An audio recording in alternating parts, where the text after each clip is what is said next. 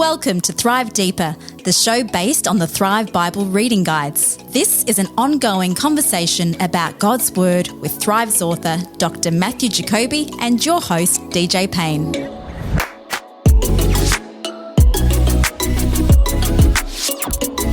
G'day and welcome to Thrive Deeper, episode 92.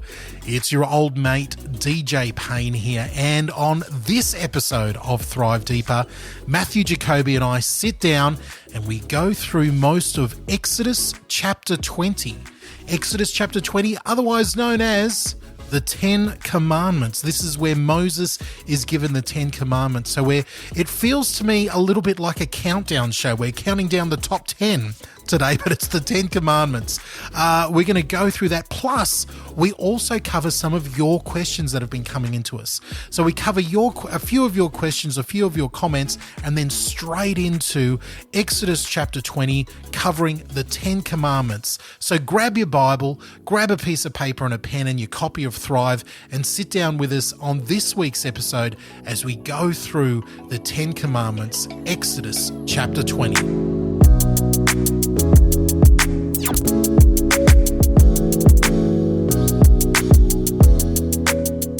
How are you doing with, I don't know what to call it, the lockdown, the quarantine? Isolation. The isolation? Well, we've ensured, just to say here today, we have ensured that we are, how many metres apart? About 3-4 metres apart? Yeah, we were one either end of a long table.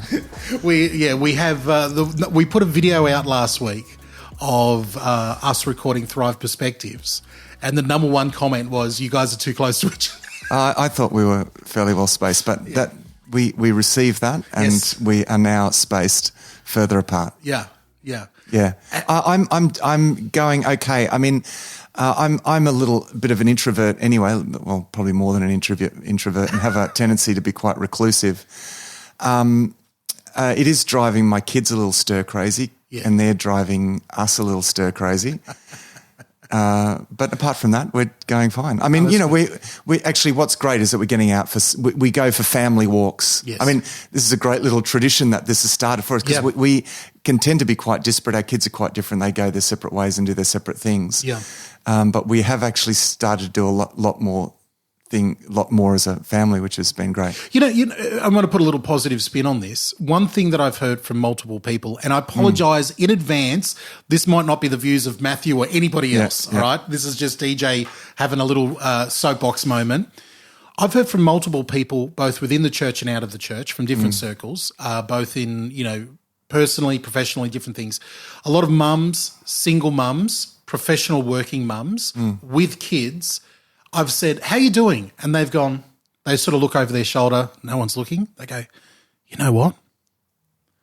This is I'm loving every minute of this. I'm connecting with my children. I'm teaching, I'm homeschooling them. And I feel like I'm this wonderful housewife, and there's so much joy in it. I never knew. I don't have to study. I don't have to work. I don't have to go into this. And I'm doing all this stuff. It's so much fun. I'm connecting with my kids again. And I'm going, this might be a total positive upside. Well, there are upsides. I mean, I think it is, obviously there's there's a huge amount of things that are really bad about this, obviously. Of course, goes without saying. Yeah. So, I mean, but finding the upsides is an important little thing to hold on to, really, in the midst of this. You've got to find some upsides. I think, I think it remains to be seen what the long-term economic and lifestyle changes are going to be like. But we've got to make sure that in the meantime we invest in the things that are important, and just remember those too who are a bit isolated, I think, and particularly people who are single and likely to be on their own, and we can still make contact with people. So, very interesting times. Yeah, exactly. Okay, Matt, for this episode, we're going to cover some questions that have come in via our website at thrivetoday.tv, and also via the Facebook page and the Facebook group for Thrive Today and Thrive Deeper. So firstly, a couple of nice words. Margaret got a hold of us and said that Thrive Today has given me a deeper understanding of the scriptures, especially the culture and the times of when they were written. Thank you so much for what you guys do on the podcast. So that's great. Margaret, thank you. We really appreciate that. Janet has got a hold of us and said, this, the podcasts are adding to my Bible reading and bringing such a fresh perspective on everything. She said, Matthew, I totally love what you brought out of chapter 3 of Exodus regarding the burning bush. Since beginning the books and listening to the podcast, I found a new, fresh perspectives to Bible, to the books of the Bible that I've read so many times before. Thank you for what you're doing in this space. Oh, good. That's great. Yeah, so thank you, Janet. Now, an actual question here, and again, I should mention, we'll get into this question here. A question from Chris. Chris says, listen, in Exodus 12, where God outlays what to do with the Passover lamb and the whole Passover meal, he says, why does the lamb need to be roasted? There was to be no leftovers, and the requirement is to tuck your cloak into your belt and have sandals on your feet, your staff in your hand, and to eat it in haste. He said, I'm trying to look at the bigger picture here, or the symbolism of this Passover parts, but I can't see its relevance compared to the other symbolism in the Passover. Let me work backwards to that. So the tucking, your coat in and which was a way of getting ready because they wore these long robes, it was a way of getting ready to travel with the staff in your hand, eat it in haste, because it was a transitory moment. The whole point of the Passover celebration is that you're in transition. You're leaving Egypt, and it becomes this metaphor of salvation. And you're on the move, transformation, and the myriad of ways to apply that. But the idea there is, it's that movement. You're moving on. And so that became a symbol of that. Same with the bread without yeast. It's one aspect of that is that it can be cooked quickly. Mm-hmm. The roasting part, I think, is as simple as the fact that roast lamb is edible, whereas raw lamb isn't. So that's probably as simple as that. I'm not sure if there's much. I think it's a good question, but I don't think there's much more to that than the fact that they had to consume it. Yeah, it was something. You could read into a symbolism of it had the to be eating consumed, of it. and it's interesting. It had to be finished. And I think part of that is because the Passover there was a sort of sacredness to the Passover lamb, a little bit for the same reason that Catholic priests after the Mass, they drink the remainder of the wine in the goblet because it's sacred. There's a sacredness associated to that according to the Catholic tradition. And so I think probably that is the idea there, is that it needs to be fully consumed and not just chucked out because it actually represents something sacred. Yeah. Okay, good. Chris, I hope that answers the question there. Chris also gives us another question here that I think is, really a lot of fun, I think, and I haven't told you this one. This is going to spring on you. He says, listen, I've enjoyed so much going through Genesis and Exodus. I love the character of Joseph. He says, because I'm an accountant and administrator, I think I see a lot of he sees a lot of himself in Joseph. He goes, you know what? I have to say that this is my favorite Old Testament Bible character. What one is yours? Oh, goodness. Well, the right answer is Jesus, isn't it? But can you answer that as an Old Testament Bible character? Okay. Old Testament. Yeah. Oh, gee. Do I have a favourite? I'm not sure. I connect with David a lot. I think probably the one that I think about the most is David. Mm-hmm. And of course, with your work in the Psalms. Yeah, that's right. Rewriting his music. So I think I would say David is the one I identify with the most. And I actually mean identifying with, I actually do find myself thinking about and identifying with David. And that is partly because I know so many of the Psalms off by heart, which are connected with David one way or another. Yeah, that's a great answer. I would say that's a really, really hard question. It depends on the book that you're reading at the moment. Well, who would be yours?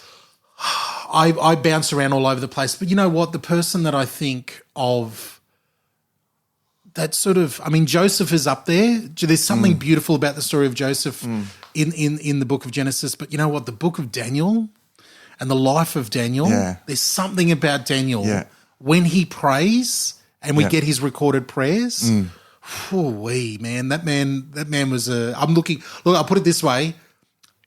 When we get to heaven and there's the Old Testament saints there, I might be making a beeline for Daniel first. Yeah. Well, yeah, that's another question: is who are we going to? Who do we look forward to meeting the most? Yeah. Look, I mean, everybody, of course, but yeah, I mean, and right now because we're going through the Book of Exodus, I'm like Moses. Yeah. Moses is great. Now, one last point here, and we've got a couple of questions, a couple of statements, a couple of comments have come in, and this is a little bleed over from Thrive Perspectives to Thrive Deeper, but I thought it was worth mentioning here. We've mentioned on Thrive Perspectives the author Richard Raw's and some of the teaching when it comes Richard Raw. Yeah. I don't think I've ever heard it said out loud. I've only read it before. Yeah. Richard Raw in his universalism, basically, to sum up his worldview. There's been a lot of questions. People have been reading his books, and there's a bit of confusion about what he stands on a few different things. So I think that might be an upcoming topic for us. Yeah.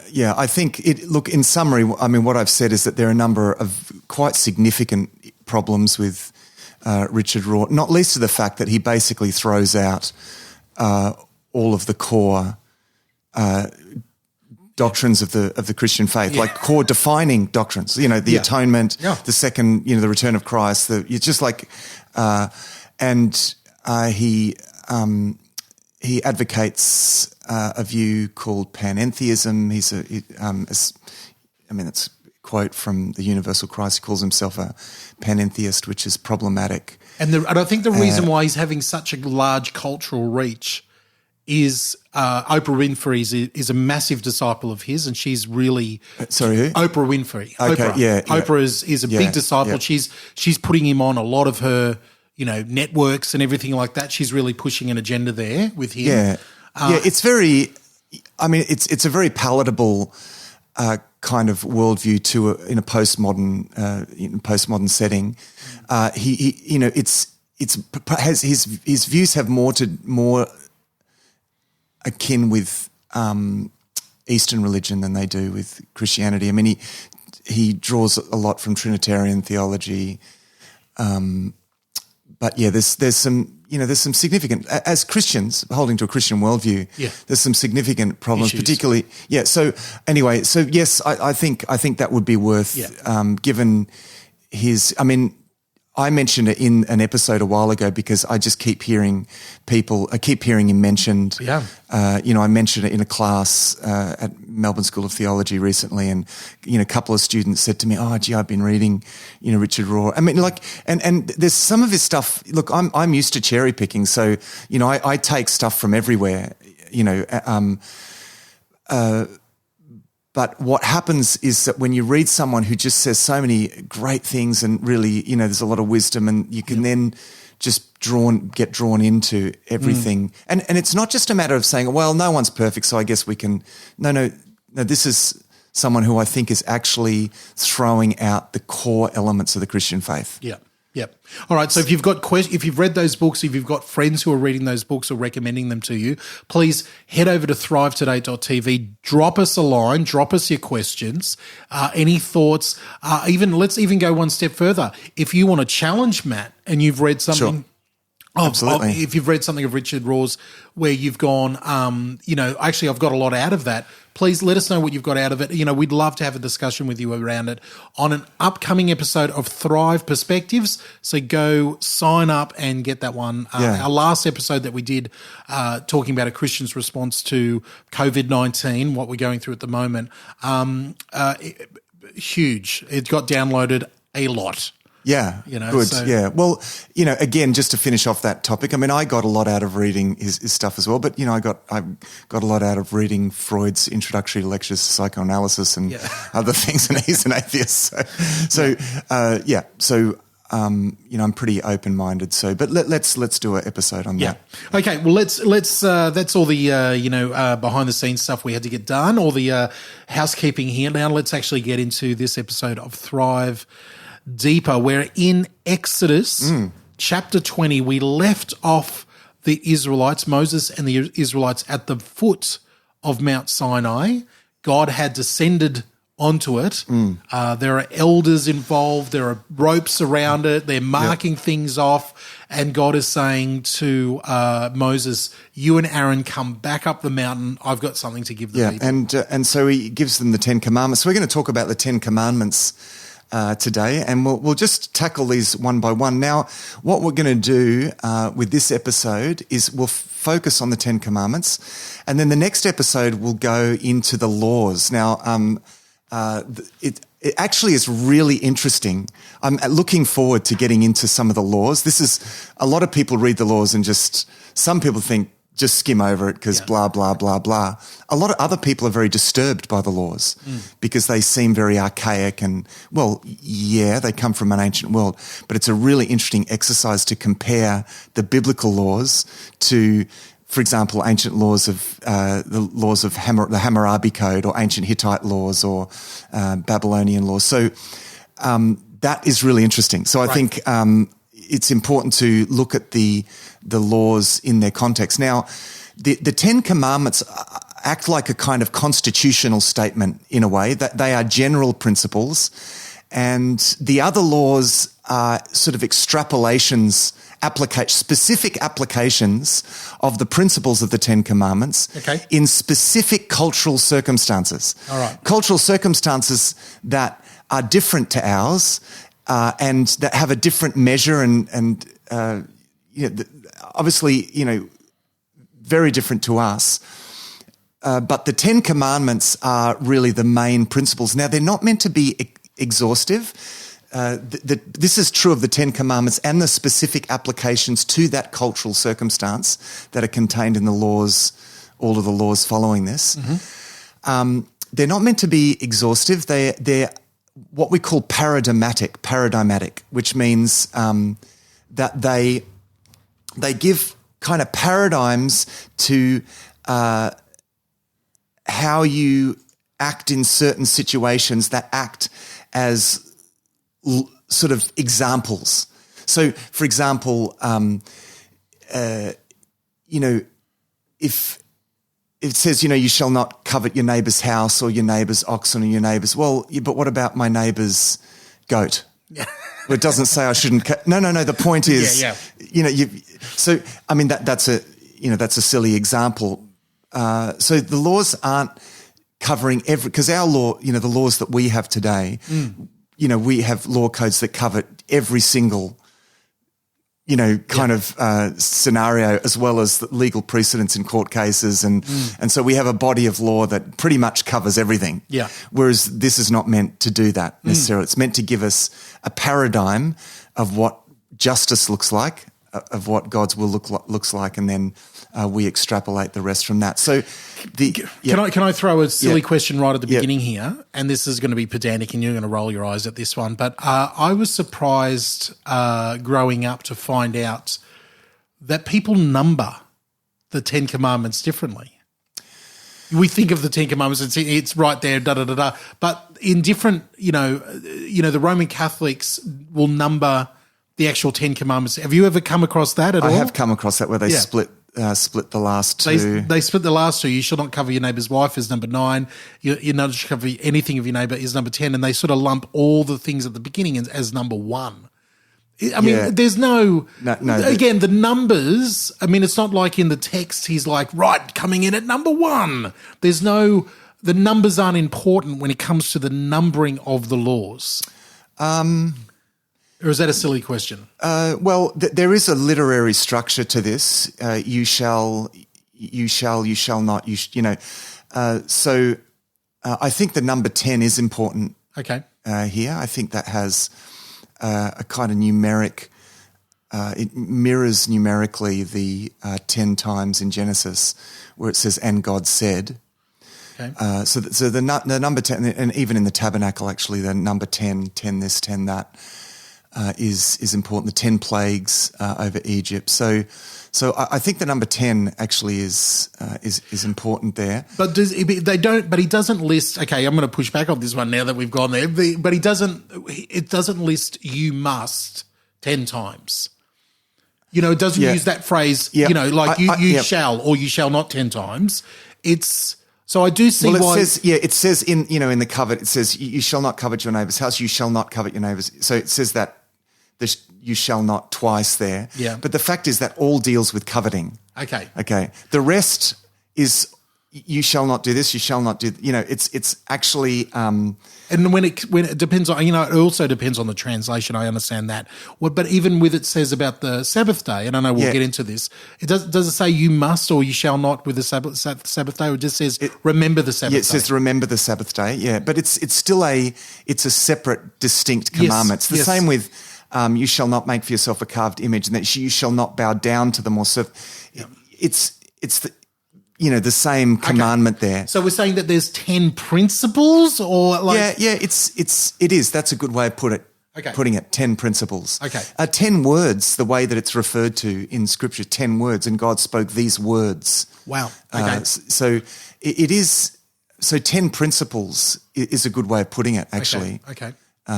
Anyway, let's get into them, and I think. Look, most. Sorry for the noise here.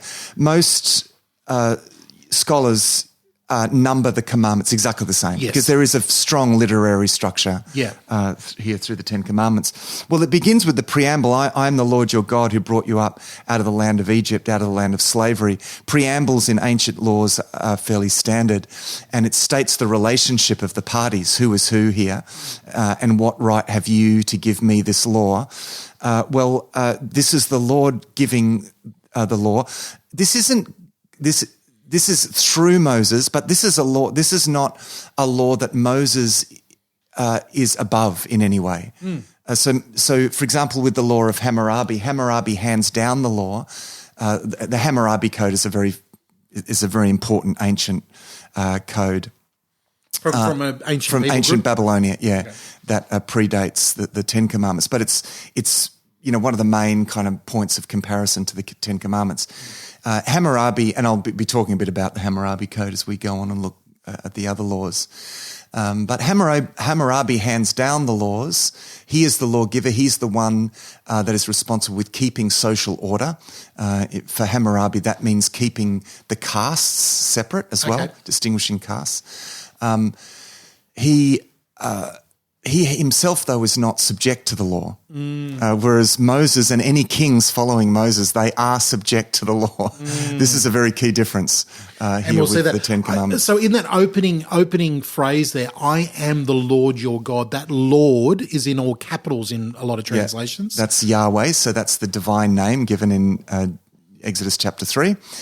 So I am the Lord your God, who brought you up out of the land of Egypt, out of the land of slavery. So what claim have I? There's a twofold claim. I am your God. I am the Lord your God.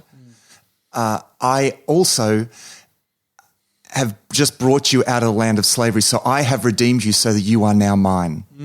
So that's the claim that God is making an absolute claim on his people here.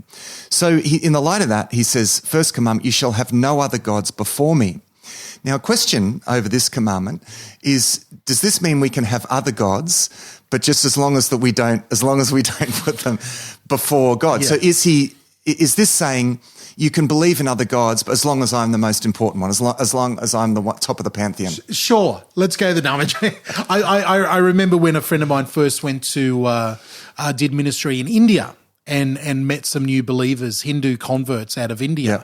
And they were struggling exactly with this law because the Hindu view of gods, well, there are millions of gods. And when they accepted Jesus Christ, they were like, oh, well, we're going to obey this law that will put him first above all the other gods. Yeah. And they were like, oh, no, this is not what this means. They had to bring out what Yeah. Well, the second commandment actually gives us some more detail on this. And also I should say that there are 3 levels of laws in the Torah, first 5 books of the Bible, Genesis to Deuteronomy. The first level is in the most general sense, and that is love the Lord your God with all. It begins with the Lord is one. you shall love the Lord your God with all your heart, mind, soul, and strength. And then the Leviticus, you shall not love your neighbor as yourself. So they are the most general principles. And this is like a second layer to that, So in a sense, the first 4 commandments are telling us about what it means to love the Lord our God. And then the next 6 commandments are telling us what it means to love our neighbor, at least giving us paradigms, I should say, for what not covering every circumstance, but giving us paradigms for what it looks like to love our neighbor. So part of that context is the Lord is one. So monotheism is at least strongly implied here. And I think that becomes explicit in the second commandment. Yeah. Now, the reason why it says you shall have no other gods before me, the word God here is Elohim. And this word is often used to refer to spiritual beings as well. Now, the fact is that within the biblical worldview, there is still acknowledged the existence of spiritual beings, angels, for example. So it often speaks about the angel of the Lord, and it's understood these are spiritual beings. So, and for example, Psalm 82 speaks about these other spiritual beings in the assembly of the Elohim, it says. Yes. So it acknowledges that they're not, it's in the translations of Psalm 82, it has God's in inverted commas, but it really should be translated kind of spiritual beings in that sense, because there is only one God in that sense. But anyway, the word there it's as though it's saying you shall have no other, you shall give allegiance to no other spiritual being above me. Okay. So there are other spiritual beings, but I am the ultimate. Yeah. In a sense, that's what that is saying. That's why it says it like that. That's a whole other area of study, is looking at the other spiritual beings that are there. And that's a fairly good translation. I'm looking at the ESV here, which is probably the best, more literal translation. Yes. Again, not always the easiest to read the ESV, which is why most people would read the NIV, which I think is a really good, slightly more dynamic translation, but not too dynamic, not as dynamic as, for example, the New Living Translation. So I'm working with the ESV because I want to get fairly close to the text here. So we get to the second commandment, and we have it kind of flows out of the first. You shall not make for yourself a carved image or any likeness of anything in heaven that is in heaven above or on earth beneath, that is in the water under the earth. So this is the second commandment, really needs to be understood within the framework of the first. It's expanding on the first. Basically, this is saying the Israelites are not to worship other gods. That's the first commandment. Therefore, they're not to make any idol of any kind. They're not to represent these other gods by earthly created forms. Now, also part of this command is also to prevent Israel from identifying the true God with any created thing. And I think this is where the real point of difference is between these two commandments. Whereas the first commandment is saying you shall have no other gods before me or apart from me. I think it implies that as well. The second commandment is don't make the real God into something that is not. Like, don't reduce the real God into an engraven image. I love it. Yes. There's like he's not symbolized. Well, symbolized is probably not the right word, but don't represent him with a created creature. Yeah, that's right. Yeah. Don't represent him as the sun or the moon or or a cow or because he transcends because there's a strong propensity in the ancient world to do that. So when, for example, we're going to read about the golden calf. Yes. I mean, at the foot of the mountain, they would have thought, well, that's a natural way to represent God. That's what they knew. You make images of the gods. Whereas this is saying, no, don't do that. Don't reduce God to something tangible. Now, this is really important because we've taught it was actually in Thrive Perspectives that we talked about this desire for tangible knowledge, that the atheist demand for evidence is a demand for scientific evidence, which amounts to a demand that God be a tangible object that we can actually investigate scientifically. But here's the thing, that's demanding to know on their terms, on the atheist's terms, in a way that can be verified through the scientific method. But see, God will not be reduced to an object that we can examine as subjects. So I think the second commandment speaks to that. Yeah. I agree. But he goes on, and this is where I think some people stumble over this choice of words depending on the translation, where we sort of get a this commandment. This is the commandment that has sort of like some conditions in it, like a law that has an asterisk and goes under it, because it says God now describes himself saying, "I'm a jealous God." Yeah. Now, people hear that word jealous and they immediately have negative connotations about it. Yeah, we anthropomorphize it too much as the academic word. So we think about jealousy in human terms. Now, there is something actually valid about jealousy, and I think this, when it uses that idea of jealousy here, it's using it in the context of the marriage covenant. Okay. So you are bound to me and me alone. So don't. So idolatry is always generally depicted throughout the Old Testament as unfaithfulness to God, as in terms of a marriage covenant.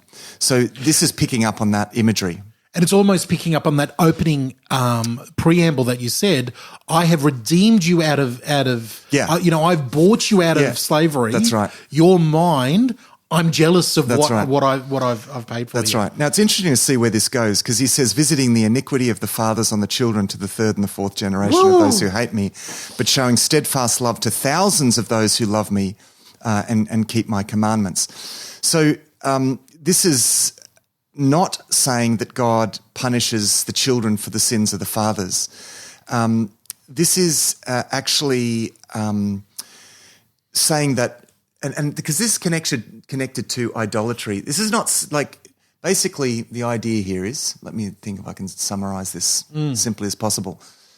It's so that no one can say, oh, look, the children were just taught to do that by their parents, and so it's not really a sin because they just inherited the gods. Okay. See, this is the thing, when you create a tangible religion and tangible idols and you put them in your household, well, your children are going to worship them as well. That's what is in view here, okay?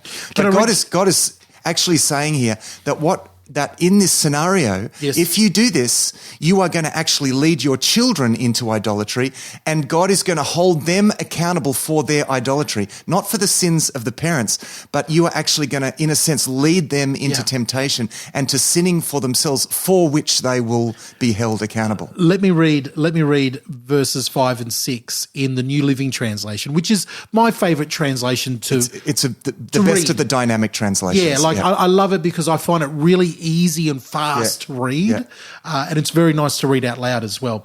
He says here, you must not bow down to worship to them or worship them, for I, the Lord your God, am a jealous God who will not tolerate your affection for any other gods. I lay the sins of the parents upon the children. Their entire family is affected, even children in the third and fourth generations of those who have rejected me.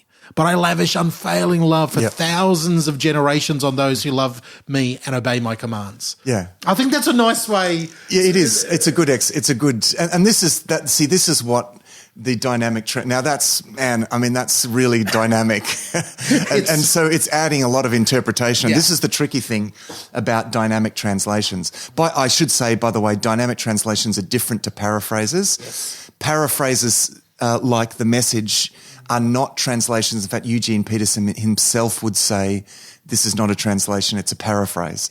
Whereas the New Living Translation is just sort of inside that. But I do like what it does there. I think it adds... It tries to bring out the thought maybe behind the words a little bit more. Yeah, I use the New Living Translation reading the Bible to my kids, and it just made it easy. It meant I didn't have to explain every second thing because the translation did that.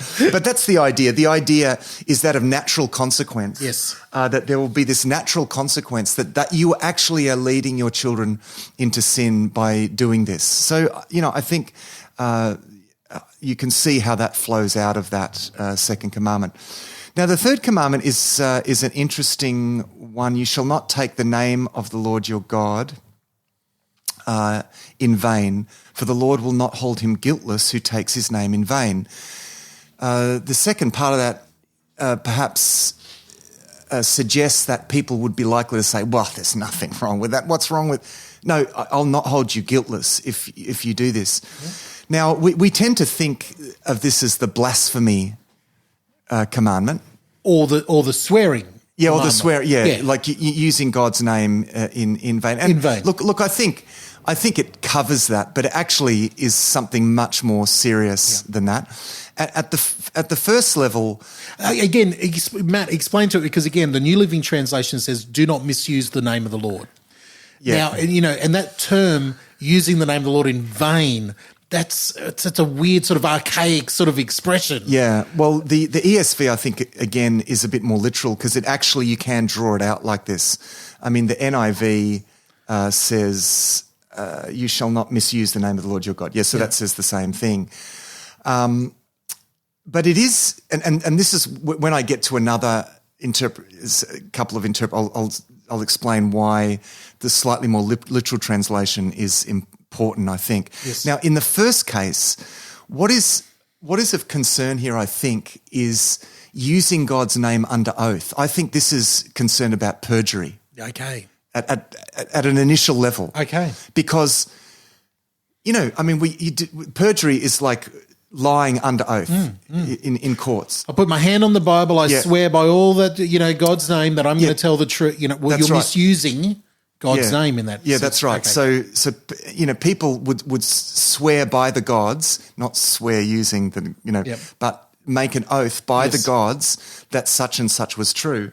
And this, I think, at one level is saying, well, don't do that falsely. Actually, could it be argued to say don't do that at all? Look, I think Jesus kind of goes there. Yeah. Just let your yes be yes and your no be no. Yeah. Do not swear. But that's, Jesus is going to bring that out of this. Yeah, he is going to bring, and it's certainly not a contradiction to this, because this is just saying, just don't do that. Yeah. In a way that is non-genuine. So don't swear by the name of God and then go ahead and tell lies or something. Yeah, yeah. So I think perjury is one concern for this. I think also using God's name flippantly is in view here. And this is interesting because as time goes on, in order to avoid breaking the third commandment, the Jewish people are not even going to say the name of God at all. Yeah. And so when the pointing is added to the Hebrew text, that's already 100 AD, around that time of the Masoretes, they don't add the pointing to the name Yahweh, which is why we don't know. Wow. No one knows how it was said, because no one said it. Yeah. And in fact, this is reflected in a lot of the intertestamental literature. I think it's even reflected in some of the earlier stuff, like books like Esther, the Book of Esther, which a lot of people recognize. Well, it doesn't say God is not mentioned, but I think it's actually careful not to mention God. Yes. Because by that stage, there are these scruples around mentioning the name of God explicitly. So, for example, in the Maccabean literature, which is sort of middle of the 2nd century BC, they'll just say heaven. They'll talk about, if heaven hears us or this. Yeah. So that's why when Matthew writes his gospel, instead of talking about the kingdom of God, he talks about the kingdom of heaven. Okay. Because, see, he is being careful of Jewish scruples around using... And he's obeying this law. He's not misusing or using God's name in vain. Well, yeah, look, I think... Again, I'm going out to the nth level here. I think he is, he's kind of catering for the Jewish scruples around this. He's taking that into consideration. I think that goes too far. I think the whole idea, well, we just won't use God's name as... Yep. That's just, I think, going too far. So other New Testament books do. Okay. And so anyway, so that comes out of this. Now, there's another way that we can understand this, just going from the Hebrew itself. Now, a very literal translation of the Hebrew goes something like, you shall not take as in take up the name, or take upon yourself the name of the Lord your God in a way that is vain or false in some way. Wow. So this actually includes calling myself a Christian and then going out and not acting accordingly because it profanes the name of the Lord. Now, when you look at, I think one of the most important applications of this commandment throughout the rest of Scripture is the constant concern, if we're going to let Scripture interpret Scripture, right? One of the most common concerns, and you see this, for example, in Ezekiel is always complaining about the fact that God's people profaned his name among the nations, right? Because God's people, the role of God's people is to reflect God, remember, to reflect the image of God and to bring glory to God. Chief end of man is to glorify God and enjoy him forever, as the formula goes, wonderfully summarized there in the Westminster Catechism. So the opposite to that is profaning the name of the Lord, and the way that we profane the name of the Lord is not just saying God's name flippantly. I mean, that's one way, yes, but there's a much deeper application of this, and that is actually taking upon ourselves the name of the Lord, because God puts his name on his people. We call ourselves Christians, Christ followers. I am a Christ follower, everyone. I go out into the world and people are looking at me and they are, in a sense, judging Christ by me. So it's like God is saying, again, it's a silly way to say it, but a really dumb way to say it is like, be careful, you are a reflection of God's reputation. Yeah. That's right. You are, because God has put his name on you. You're his emissary. You are his, people out there, as much for us today than it was as for the Jews. That's right, Because elsewhere, the script, talks about God putting his name on his people, right? Yeah. So I think this is concerned, at least partly, with that. Totally. I think even ultimately, do not take upon yourself the name of God in a way that's false. Be true to that. I mean, that's a powerful application of this, and I think a very true application of this commandment. Okay, before we go on, let's take a quick break. We're only up to number 3 here. Should we not go to the 4th? Let's take a quick break now, and we're going to power through. It's like a countdown show all of a sudden. Yeah. Tune back in for numbers 4 to 10 coming up on this episode of Thrive Deeper.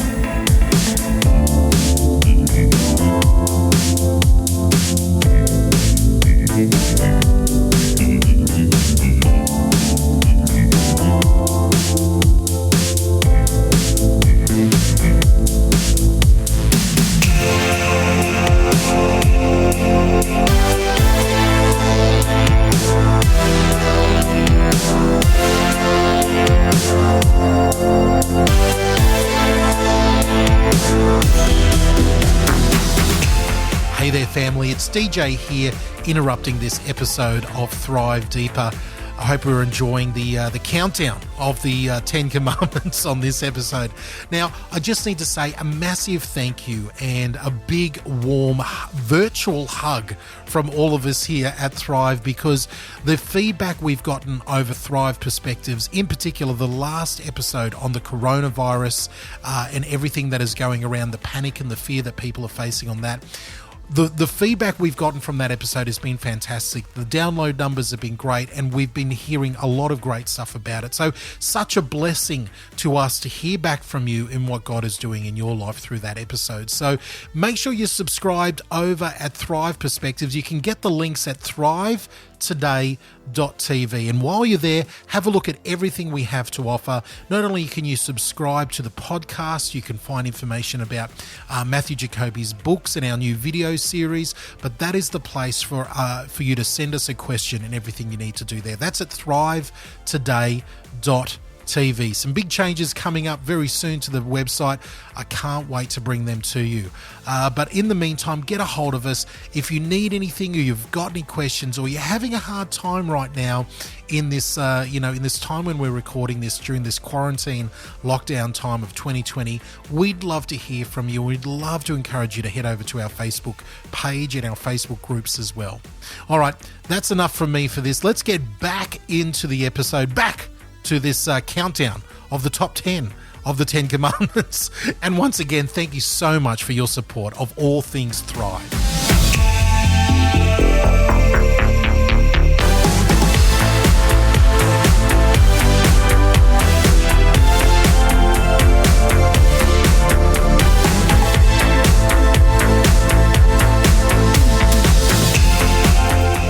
You're on Thrive Deeper, DJ Payne here, and joining me at the other end of the table, far, far away from me, is Matt Jacoby. We are powering through the 10 Commandments, something that, no matter, how you've grown up, what religion you've come from, what background you've come from, somewhere at some point you've seen a 10 Commandments printed and put up on a wall or a fridge magnet somewhere. So I've just finished off number 3, I'm guessing, Matt? Yes. It's 3? Yep, and we're up to 4. Up to 4. So we're up to verse 8 of Exodus chapter 20, and this is all about the Sabbath day. Yeah. So we're told to remember the Sabbath day. So this is an interesting break in the pattern. Why remember? Because this is what God did. God rested on the 7th day, and it's a rest of enjoyment. This becomes, however, not only a rest of, it's reciprocating God's rest. Okay. So as I quoted that statement, enjoying God and glorifying God. Yep. In a sense, it's the Sabbath is a time to rest and rest in God. So it's about keeping that day holy and separate from the others. And it's interesting, the word Sabbath really comes from the word to stop, to cease. So stop work and rest. And it's interesting that this applies to not just to you, but your servants still have to serve you. No, it applies to you, it applies to your servants, and it even applies to the animals. Yes. And there's even going to be a Sabbath actually for the fields. Wow. In the law. Even makes the point, foreigners living among you, everybody, basically everybody within your community, every living thing in that community, stop, rest on the Sabbath. Now, number one question that people are going to ask us, this is for all of our beloved Seventh-day Adventist friends and people who come from different practices around this. Does the Sabbath mean a particular day of the week? Yeah, okay, I'll get to that. Okay. I'll say just first, and I know you want to power through this. I'm trying to power through that. Remember, these guys were slaves. Yes. Their lives were oriented around production. Yep. Work. This is saying let your life orient around worship. Okay. So worship is to be the common, not what you produce, but the God you worship. That your whole life, your lives are leading up to that. So that's really important here. And also this is to apply, I think it's really the fact that this applies to everyone. So how does this apply to us? Well, I think it does. The fact that it's in the 10 Commandments, I think it does apply. The question is how. Now, as a matter of historical fact, Christians, the early Christians took up the habit of meeting on the first day of the week because that was the day of the resurrection of Jesus. Mm-hmm. And so they saw that... Which is our Sunday. Which is our Sunday. So they saw that as such a radical change. It was like recreation. It was, really recreation in the resurrection of Jesus. So they started observing the Lord's Day in the early Christian literature from the earliest stage. So even John speaks about on the Lord's Day, which for them was the first day of the week, the day of Jesus' resurrection. That's when they started celebrating together. Mm. Now, of course, one of the problems when the church went to all different nations, this works if you've got a theocracy. Mm-hmm. In this form, this works if you've got a theocracy where this can be universally observed. Everyone in your town, the whole town's going to shut down. We're going to shut the gates. Everyone's going to rest. It's a little harder when you're in, for example, in the early church, and your employer's not going to give you the day off, is he? If you're a servant, you're not going to get the day off for that. Yeah. So the Sabbath principle becomes a principle about a different kind of rest. Now, I don't think. I think that if we can, we should. But the fact is that as soon as the church the movement went from a closed theocracy like ancient Israel Yes. to all nations, all peoples everywhere. Yeah.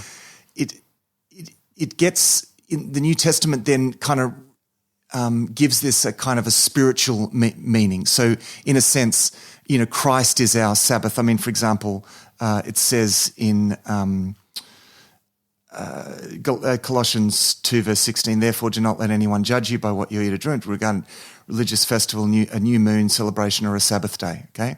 Yeah. These are a shadow of the things that were to come. Yeah. The reality, however, is found in Christ, Yes. Paul says. Okay. So, Jesus says, come to me, all you who are weary and heavy laden, and I will give you rest, okay? So, in a sense, this is a commandment to find rest in Christ. I mean, ultimately, right? I'm trying to say, like, bottom line, this is drawing us to entrusting our lives to Christ, find our Sabbath rest in him. Okay. Bottom line. Yep. However, I believe in I think actually observing a day of worship like the early church did is really important, and putting that day aside, I think that's really important. Yeah. Whether that's a Saturday or a Sunday? Yeah, look, I think it matters less that it's a particular day. I think the fact that we do it together, though, is important. And historically, since the early church, the Christians have done that on Sunday. Now, I mean, the Seventh-day Adventists say, no, but it was the Saturday. And I get their point. I think it's a fair point. I just think it would be, rather than argue about it, it'd just be better us all doing it together, whether it was Saturday or Sunday.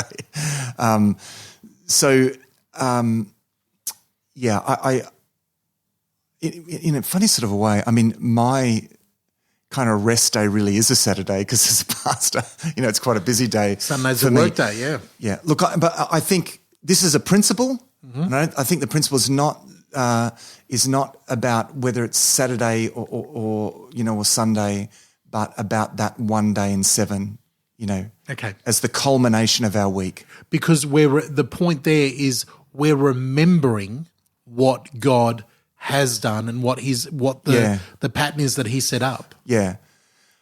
Look, I would rather put more emphasis on the commandment than less. Yes. It's not really. No, I think we should take this seriously. I think we should recognize the universal application that ultimately this is fulfilled in Christ. We should find our rest in him. But I also think that we should be putting aside that day a week for worship and connection and physical recuperation. All right. Now let's move on.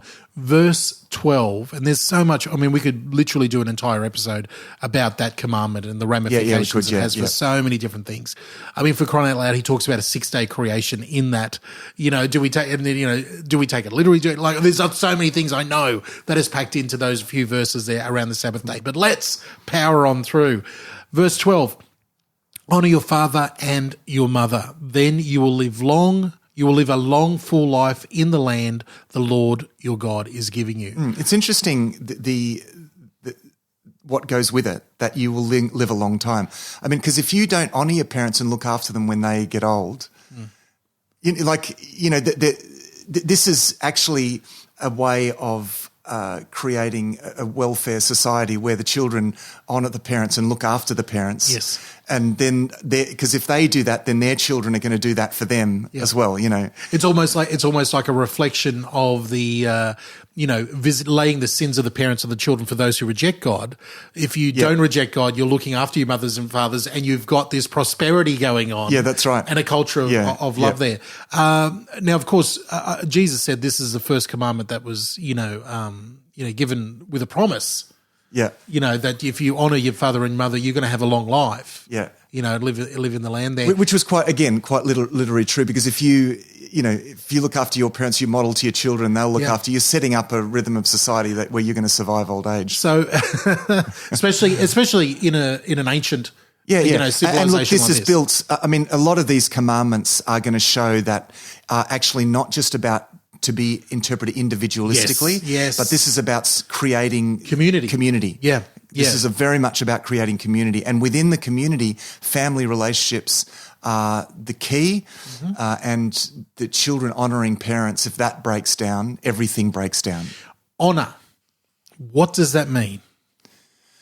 Because I know now someone's listening going, but Matt, you don't understand. Yeah. Mum and Dad did this to me, did that to me, da-da-da-da-da.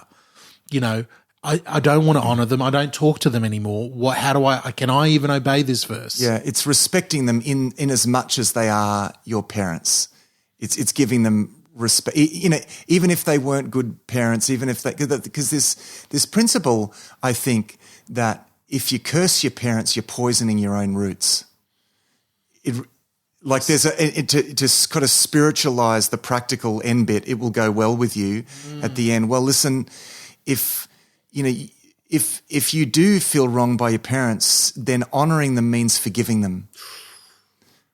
It means forgiving them, and whether or not they own up to whether they were wrong, actually forgiving them is going to allow it to go well with you. Otherwise, you've just poisoned your roots. Yes, that's a great point, because honouring them and forgiving them and moving on doesn't mean that if you've had an abusive parent, doesn't mean that you continually stay in that. That's right. Sometimes I would even argue that honouring them for some young people is saying, I love you, I forgive you, so long. Yeah, you know, that's right. I need to be apart so I can honour you. Yeah. Okay, now we can go a little bit faster. We can put the foot down faster, a little. You must not murder. Yeah, and murder there is the thing, and it's not just because this is a context where they practice capital punishment. So the word here actually is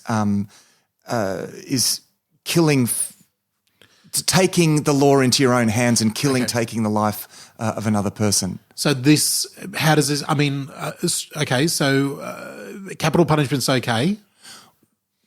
I didn't say that. I said this is. You're the one that's wanting to gun through this. No. I'm sorry. Okay, well, the two arguments that will come up around this, you must not murder. In our minds, we think straight away of capital punishment, and we think of people who are soldiers or in the military. Yeah. So this is not covered. That's this. The word is very specific here. It's putting to death kind of improperly for selfish reasons without an authorization, like because in the God's words to Noah, if a man takes a man's life, then his life will be taken by man. There's that principle there, and capital punishment was a part of the law, as we see in its application then. Now, whether we apply that now, it's not like, oh, well, we have to have capital punishment now. No, I mean, you know, I think there's an argument to be made for not having capital punishment, but I'm not going to get into that because I haven't really formed a view about that anyway myself. Okay. Anyway, but the point is that that's making an allowance for that, but this is you playing judge and executioner. That's what this is about. Verse 14, you must not commit adultery. Of course, protecting, you know, in a society like this, if marriage relationships went down the tube, everything goes down the tube. But this is protecting the sanctity of marriage and the family unit. So it's not just about two people, it's actually about protecting the family unit. Yeah. And quite simply, adultery is cheating on someone you're married to or even betrothed to in their culture. Would that be like the promise of marriage was something a little bit different? I mean, because again, our concept of marriage is a little bit different to their concept of marriage. Yeah, it's sex outside of a committed relationship. Okay, great. Like a lifelong committed relationship, because the two shall become one flesh. And what man joins together, what God joins together, let no man separate. That's the principle here. And when you say a committed relationship, because I know, again, the pushback that we get around this is people who want to, be promiscuous. I'll use that word very broadly there. They will say, no, I'm in a committed relationship. God sort of sees us as married anyway, man. Like we've moved in together. God sees us married. Classic Western individualism coming in there, because life isn't just about you. Everything is about community, which is a marriage ceremony is a community thing. Yep. So we declare that commitment within the context of our community. Publicly, openly, and before God. Yep. So that is the context within which the sexual relationship has legitimacy. Verse 15, you must not steal. That's right. You must not steal. This is, in a sense, giving allowance for legal possession. That some things belong to you and some things belong to me. I mean, there is a strong sense in the law as we move through it of common life, that certain things are shared. For example, there's a share in the land, and sharing is very important, but still this is legitimizing the fact that you could own something. We can own things. Yeah. Verse 16, you must not testify falsely against your neighbour. Yeah, this is, a lot of people kind of summarize this as you shall not lie, but that's not what it's saying. Well, I mean, I think that's there, but the problem, that brings up all sorts of ethical, scenarios like, well, what about when the Nazis knock on the door and you're hiding a Jewish person? They said, are you hiring a Jewish person? And you think, I shall not lie, so I'll give them up to be killed. Yeah. Well, I mean, there's a situational thing there. Some would argue we're going to read about the spies that were hidden by Yeah, that's right. Yeah, and then she lied about it, but then God blesses her and puts her in the Jesus line, and she lied. Yeah, exactly. And he says it's a good. Well, hang on, but that's not what this is talking about. She's seen as having done a good thing. Yeah, that's right. So, that's Rahab. Yeah, right. But she's not breaking this commandment because this says you shall not bear false witness against your neighbour. So this is concerned with court cases at a primary level. It is, but the application, however, clearly is broader than that because it doesn't talk about just court cases. Yeah. That's, I think, the primary where a lot of damage will be done is if you say he did this and he didn't do this, or he didn't do that and he did. Can I bring it home? Can I bring it home here? And really, this is going to be it might be a kick in the guts for some people. And if it is, I think I'm going to agree with where you're going. Let it be a kick in the guts. I think this is about gossip. Yep. I think one of the greatest sins that we indulge ourselves as Christians, as churches, is testifying falsely against our neighbours in the sense of praying for people and actually we're gossiping. We're straight up gossiping. And that's breaking. I think this is breaking that commandment. Yeah. If this is representing other people, misrepresenting other people. Yeah. Like whenever you talk about another person, you are representing them in some way. Now, there's something sacred there. How are you representing that person to this other person? Now, one of the key ways in which we take revenge is to represent people in the darkest possible light. And that is a misrepresentation. Even if it's just focusing on someone's, on the bad side, even that is a misrepresentation. This is a really incisive commandment, I think, and it totally, I think, has gossiping in view. And the other application for me, and I'm talking personally for me, this is an application that I've walked away rereading this again a couple times over the last couple of weeks, is we have a tendency in today's culture, and I don't want to get political here, but keep that in the back of your mind, where I've never seen so many pundits, commentators, everyday people talking about someone and saying, well, you know that, and fill in your enemy's name here. Fill in your preconceived enemies here. No, Bill, Mr. Blogs, I've never known this person obviously is an evil, racist, narcissist, blah, blah, blah, blah, blah. Fill in all the things around them. Now, has that person said anything like that? Well, no, but I just know. I just can tell because and I'm like, wow. And I'm guilty. I'm guilty of this all the time. Yeah, that's right. That's what that's talking about. 100%. Yeah. Anyway, okay, let's move right into the next one. You must not covet your neighbour's house. You must not covet your neighbour's wife, male or female servant, ox or dog, or anything else that belongs to your neighbour. Okay, so coveting is desiring, basically. Now, it doesn't just say you shall not covet, because we're meant to actually desire certain things. Yes. This is saying don't desire things that are not your lot, as it were, that are not rightfully yours. Okay. So this is a command. So coveting is concerned with me not accepting what I have, but looking at someone else and saying, I want their lot rather than my lot. Oof. And again, this could be related to theft in a way, but it's actually deeper than that. This is about me comparing myself to other people. And because this is about desire. I mean, our desires determine our life. So if you look at the guy next door and he's got a big house and a fancy car, if you covet that house and that car, that is going to actually cause you to live differently because you're going to start orienting your life towards perhaps earning enough money so that you can get that house and that car. It's not just about stealing that person's car.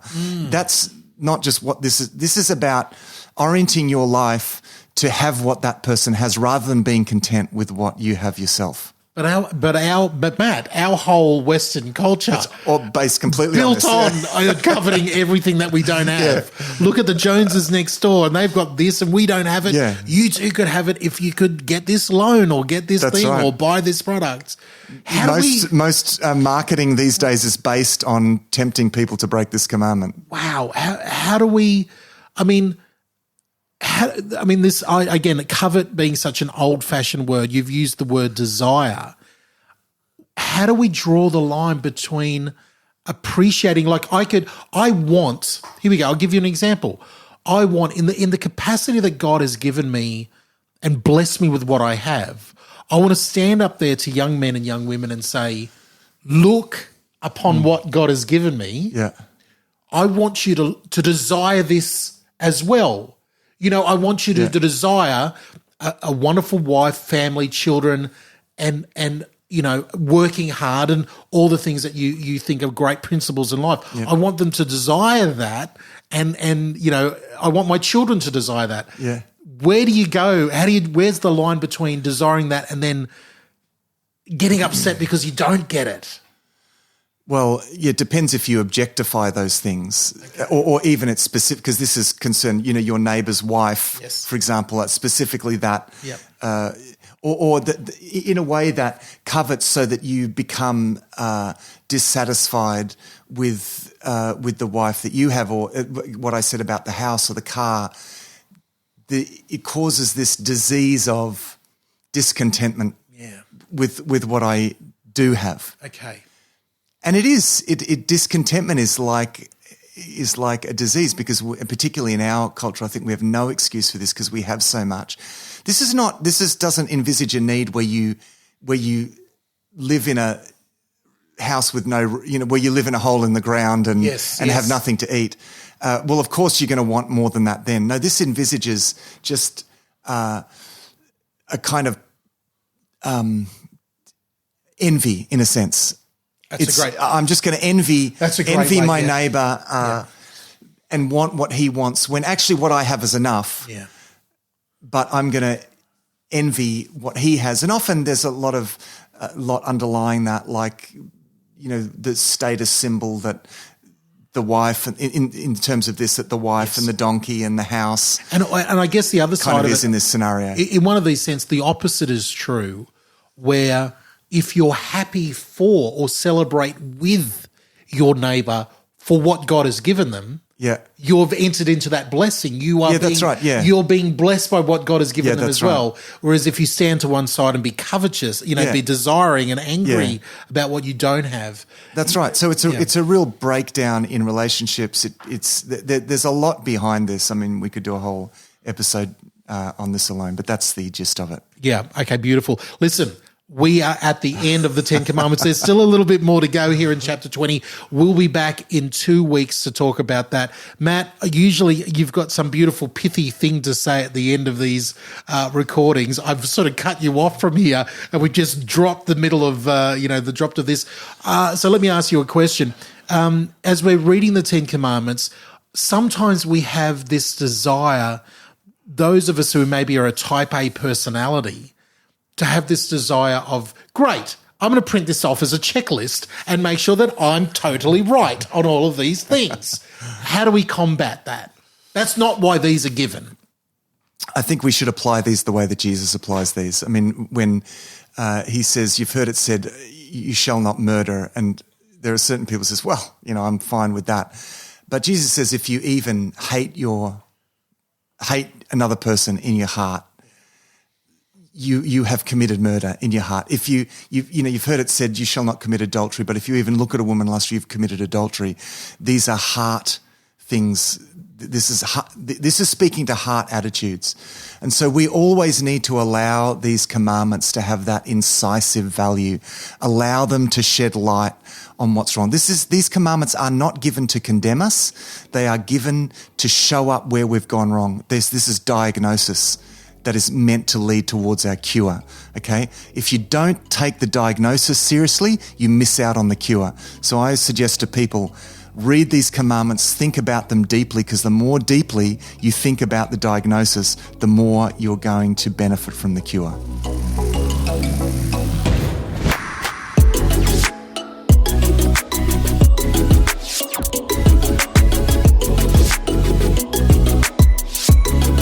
Well, believe it or not, we have still a little part of chapter 20 to get through. There's the end of chapter 20 that we need to get through. All of that, and we didn't cover one entire chapter of Exodus 20.